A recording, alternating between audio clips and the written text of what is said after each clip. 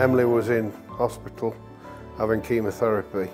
The next door neighbour had said, "Are you realising that the drains are coming up?"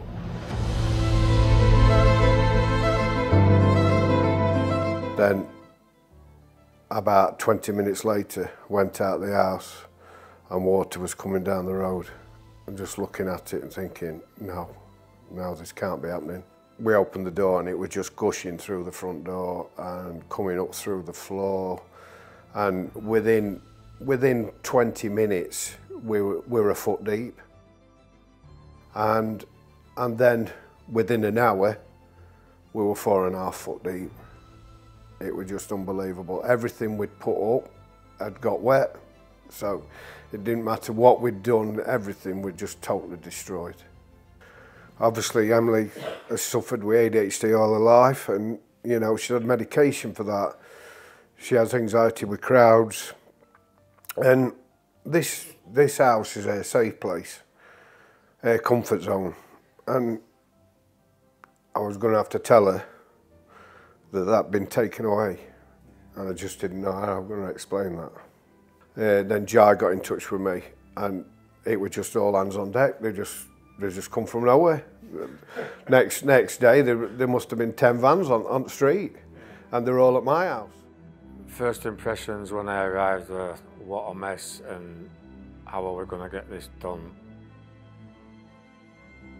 Yeah, it was touching, obviously.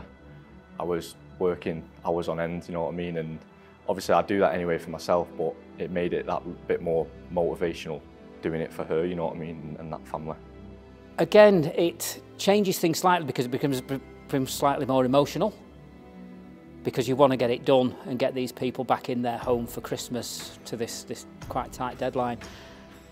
But again, it's got to be done to that same high professional standard that we always aspire to at all times. So I felt good knowing that I'd done my part, and I kept in touch with the guys to see the progress. And yeah, it felt good because it was a good cause, you know. It's a worthwhile job, one of the best jobs we've done, I think, to be fair. Just keeping in mind that we were trying to get this family back in before Christmas. It was long hours for the lads, just to try and get that done. We were working from early morning till late at night. But yeah, it was just the main focus was getting them back in to the property before Christmas. So basically, we all gathered round, see what we could do, look at the time frames of obviously drying as well, because obviously that's going to be key in this reinstatement element of the property. Basically, I'd had a call literally every 24, 48 hours, all the individuals together, come up with a works plan which changed quite daily, being honest with you. It's touching, and it's so special that they got to spend Christmas together in the home. It's so special.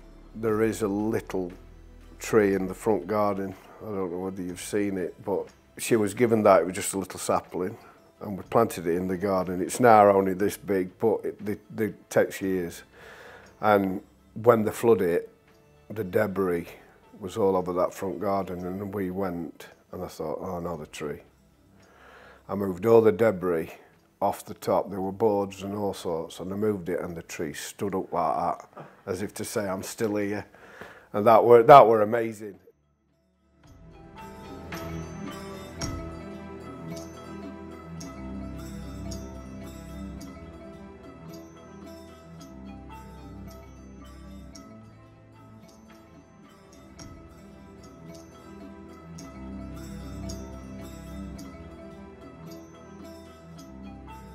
You've been amazing. You've been there for me. You've helped me. You've given me positive thoughts in my times of distress and upset with Emily. And I'm so thankful to you.